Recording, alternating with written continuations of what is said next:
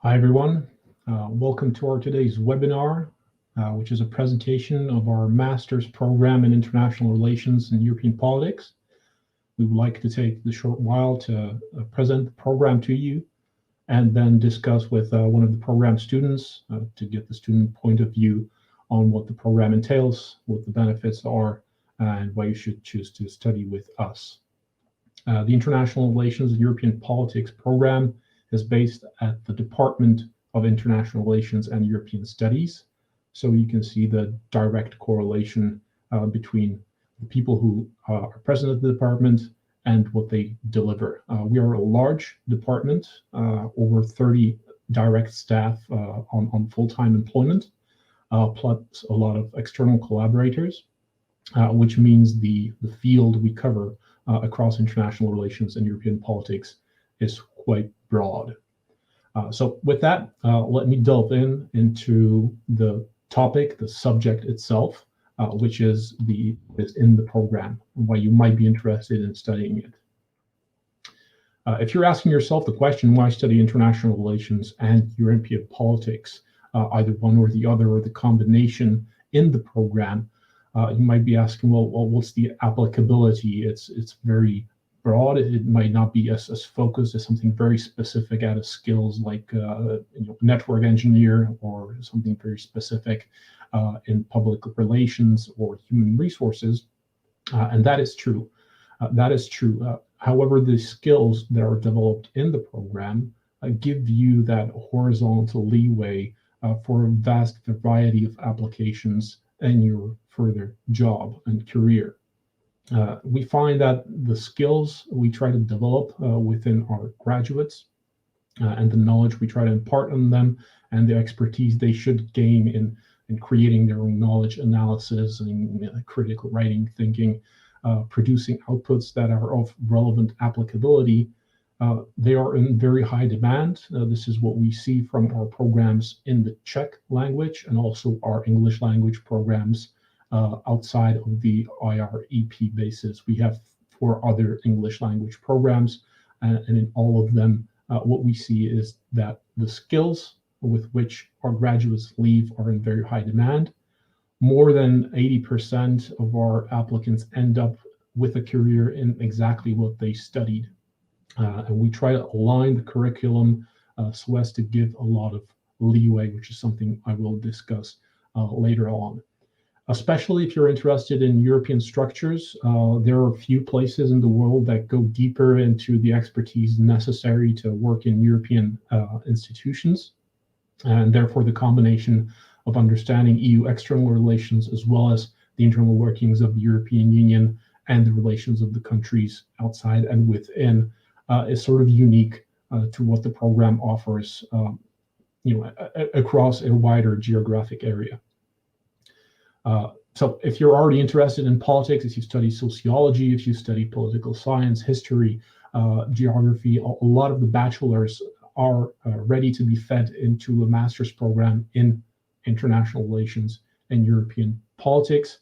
And what we find among our graduates from this program and the others and the Czech iterations, which have been running for quite some time, already well over a decade, is that our graduates end up being employed pretty much across a very wide spectrum. The important thing is they're not unemployed. The important thing is they are employed, and that is from diplomacy to civil service. They become policy specialists. We have a lot of EU civilian experts, whether for the parliament, for other institutions, or within their domestic ministries of foreign affairs in the European sections. Some of our students opt for working outside of the public sector in NGOs, in think tanks, as policy officers or foreign policy specialists. And a high demand obviously exists among businesses, especially for international corporate officers to handle corporate relations. So what makes us different, you might ask? Why choose this program? If I'm interested in international relations or European politics, why not study them somewhere else? And I've made nice columns to describe our feelings about that. First of all, what we've found in comparison and purposefully why we constructed the program this way is it's a 2-year master's program, and we want you to be focusing on what you want to build your career on. So the pensum of compulsory courses, the ones you have to study, is rather small in comparison to other programs, while the selection of optional courses is very broad. We try to maintain a high level of variety. In fact, we are the faculty that has by far the most foreign and outside lecturers, exchanging every semester for new optional courses. And that keeps the variety very high and allows you from the very get-go to focus more on a track that is going towards European politics or that is going towards international relations. But not only at that high level, but also if you're interested in human rights, there's more classes you can take on human rights. If you're interested in public law, that's what you can do. If it's business, then it's business. There's individual groups of courses that we try to amalgamate under international relations and European politics. Those 2 tracks, as you see in column number 2, they're not mutually exclusive. So your focus, you might be interested in the international relations connotations of what's happening in Europe, so you take those courses. The compulsory courses also build from more of them at the beginning of the master's program to very few of them at the end, opening up that space as you go through the master's to hone in more specifically and focus more specifically on where you want to build your career. We've interwoven the whole curriculum with a number of practical courses. Those are the skills that are complementary, the soft skills that are complementary with your expertise.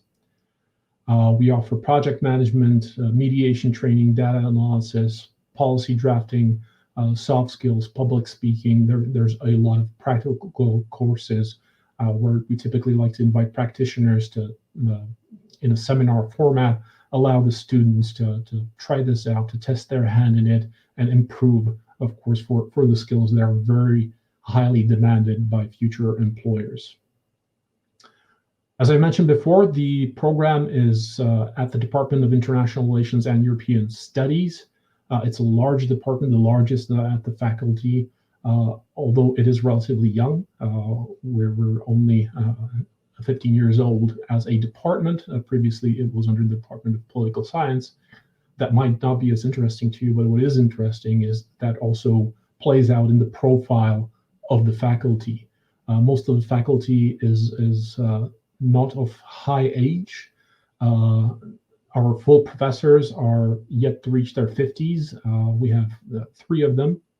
Our associate professors are in their 40s, our assistant professors between 30s, 40s, and this makes for a little bit more of a dynamic environment.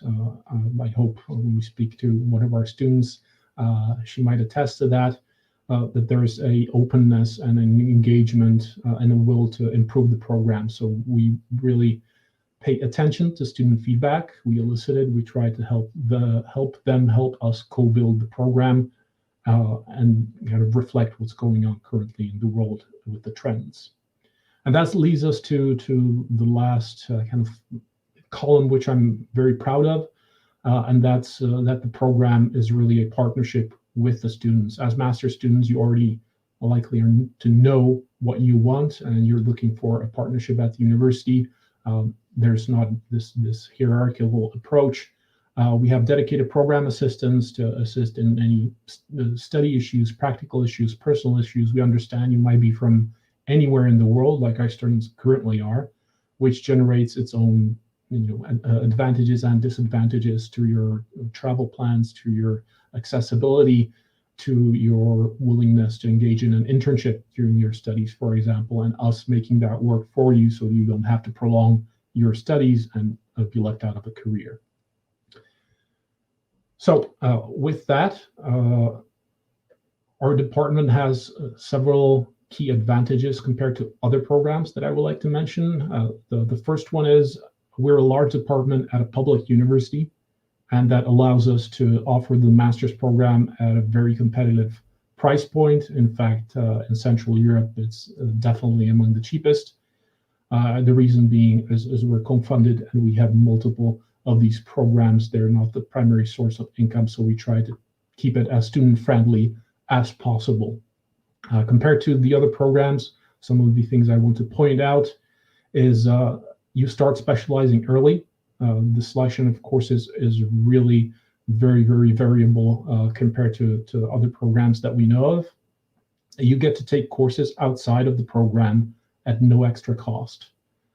This is the benefit of being a very large state university with so many students and faculties, is that if you're particularly interested in international business, nothing is stopping you from taking English language economics classes at the Faculty of Economics, and we will count some of those credits towards finalizing your studies. Same goes for journalism, same goes for psychology or biology, depending on where your interest lies. So we really support the interdisciplinary nature of your education. Lastly, we do encourage you to study more languages. The master is a good time for the 2 years to invest into languages, and the university does offer them. And if you're coming from a program which might not be fully aligned with international relations and European politics, we try to go out of our way to provide refresher courses that come from the bachelor level to help catch you up on the topics such as international relations theory, of neo-functionalism, etc. So things you will find necessary for the masters, but they might not be taught at every program. And lastly, the class size in the master's program is controlled rather strictly. We like to keep them on a seminar basis, discussion basis. Student input is highly important and appreciated. So the student is seen as a partner, and we elicit in many of our courses direct input from groups, from individuals, so that it's active learning rather than the passive reception of knowledge from the lecturer. And so that we're not just listening to myself, I'd just like to assure that we really have a dedicated team to support you. This is my colleague Jana and myself. We're the study advisors for the program, and we try to service all the needs of our students that have to do with their studies. If you have any questions, feel free to post them in the chat. I will try my hand at multitasking and reading them out while answering them. And hit us up, email us at admissions@fss.muni.cz. And if you want to know more about the program, see its working site at irep.fss.muni.cz, where you will find all the details on applications, what the study program looks like, other features around scholarships, tuitions, internships, etc., etc. So that's all from me. Thank you very much. And we have Anjanette joining us. Anjanette is one of our first-year students in the master's program, but she's been with us in the bachelor program as well. And I'd like to ask Anjanette for her first-hand experience in our program. So moving right on, Anjanette, among the programs you could have chosen to continue your studies for international relations, why this one? Well, I would say that I really wanted to study at Masaryk University, or well, continue my studies here at Masaryk University, because I just like how meticulous and detail-oriented the courses are. They cover a lot of background information and also in different fields. So like if you're interested in conflict, there are certain classes for it. If you're interested in European Union and its politics, there are also courses on that. So I just like how you have a choice of courses to take, and they're all quite interesting, and it's kind of hard to choose, but they're all great. So among the choices you've had to make already in your first year, are there some favorite classes or the features in the classes that you find interesting? Right now I'd say I'm still in my first semester, so maybe it will change over time, but for now my favorite course is called European Union and European Politics since 1989. I really enjoy that course because it's mostly based on seminars and discussions. Everyone gets a chance to talk about their point of views and their opinions on certain topics at hand. For example, there are certain topics like the migrant and refugee crisis in the European Union, and how did the European Union handle that? What were their responses and actions? So I really like that we get to voice our opinions and learn more as well about the topic, not just from the professor or lecturer at hand, but also from our peers, because not everyone's got the same opinion, and we all have the freedom to share that and respect it. Thank you. Anjanette, you've been with us for a while. You have the benefit of experiencing the bachelor program as well. Would you have the benefit of also comparing it to other programs elsewhere in terms of interacting with the faculty, with the staff? Is there some sort of benefit here? Yeah, I'd say that the faculty, especially the professors and lecturers, they're very open and very communicative towards the students, which is really great because it could be a bit intimidating as a student to ask a question sometimes or ask for clarification or further elaboration on something. Like it could be a learning point in the classes, it could be something in the syllabus, like if you need a requirement, if you need to complete a requirement. So it's very easy to talk to the faculty in general, whether by email or these days on Teams, on Microsoft Teams. They're very forthcoming too. They encourage you to speak up because sometimes you just need that push.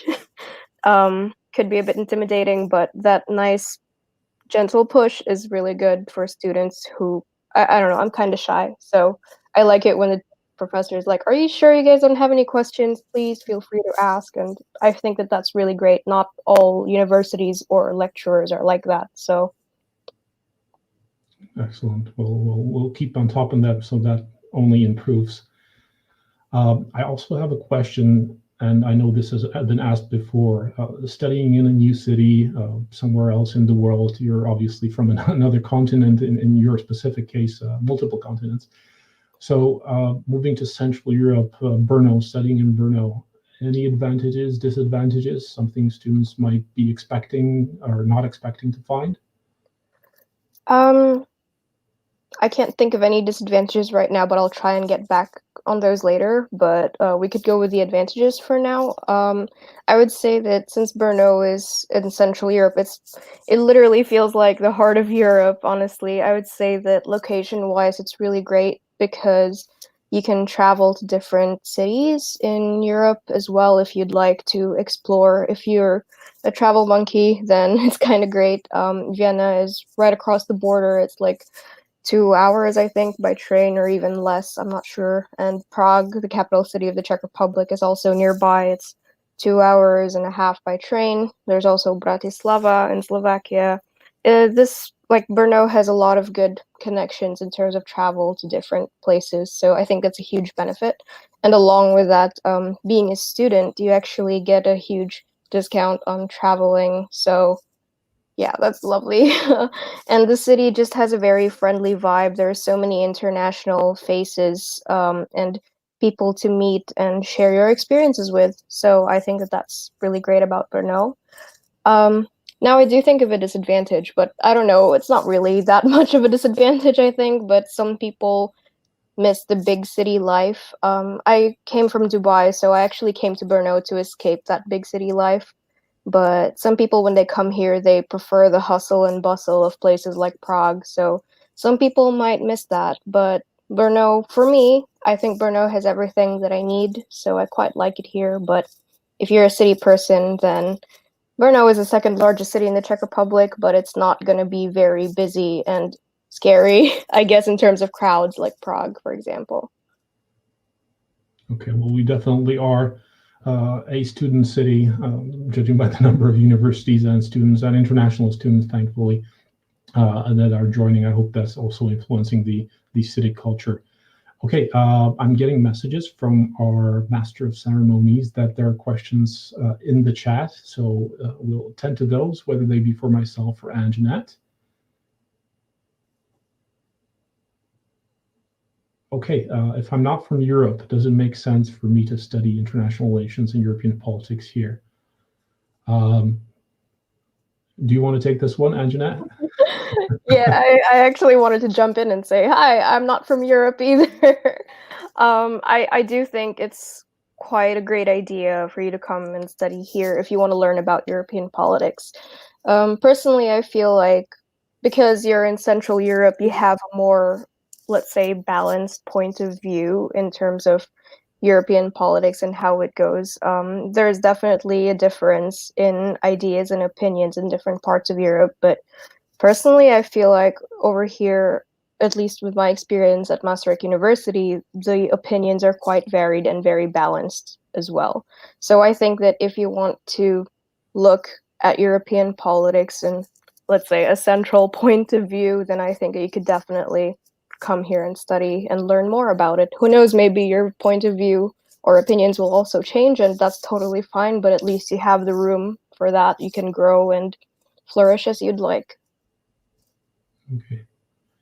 I'd just add on to that before moving on to the next question. We have plenty of graduates who came to study here precisely European politics or international relations, then move back home. And their job in public service is based off their expertise on the EU or on international relations in Europe.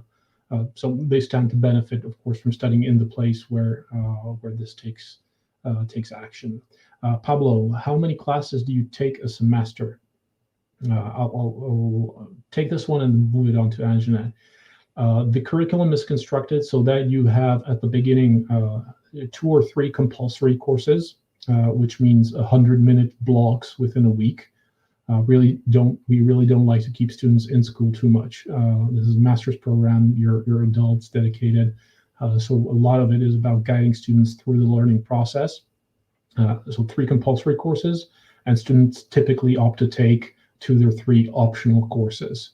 That goes down, the compulsory content goes down as you go up because you start to write your thesis for the entire last year. And that means less work in the compulsory courses, but you still get all the optional courses to choose from. So the balance of compulsory to optional changes, but it stays around those 5 courses per semester. And depending on how ambitious students are, that can be more or less. How has your experience been so far, Anjanette, in the number of courses? Yeah, I would agree that it does vary. Like, I know some of my colleagues are taking 6 courses this semester, but I felt like personally I wanted to start out slow, so I'm only taking 5. So that's 3 compulsory courses and 2 optional ones. And I feel like honestly I could have taken up more if I wanted to, but I wanted to just take my time and pace myself a little bit. Okay, thank you. Do we have any more questions in the chat? Okay, what type of opportunities exist outside of class? I'll take the academic ones and Anjanette will take the social ones.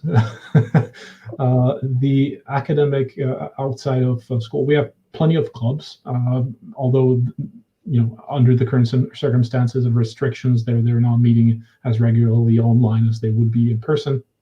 There are also academic clubs.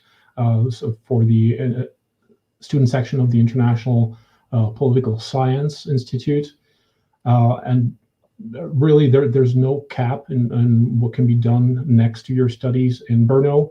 We have students opting for internships. We have students opting to work part-time or full-time. We love to see part-time, but we understand when students need to work full-time. We try to help them cope with that load. And of course, there's not just work and studying, so I'll leave it to Anjanette for all the social opportunities that exist in Brno.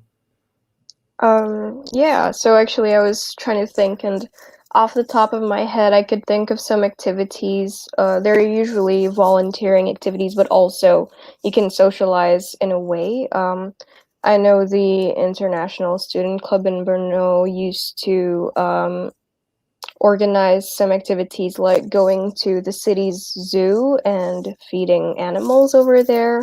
And like, I like animals, so I thought that was like a really cool idea to bring up.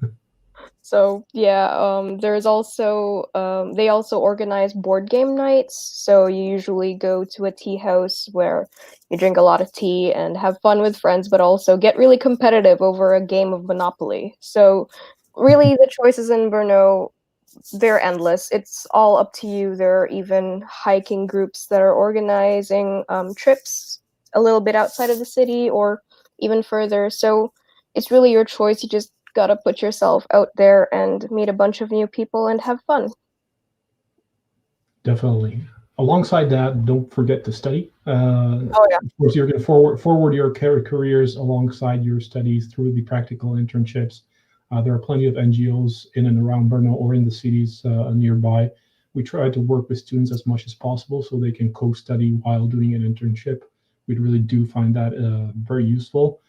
That being said, the same case is true for Erasmus or traveling and doing a semester abroad. We try to make that happen. We know life is short, so no need to prolong if not necessary. And we try to be as forthcoming as possible. Okay, I'm getting a message that we're just about out of time, and I think we're out of questions for the time being. So if any questions will pop up in the future, go to our website. You'll find all our contacts there, as well as a plethora of other information on how we do things. And feel free to get in contact with us. We'll be happy to answer. Thank you for joining.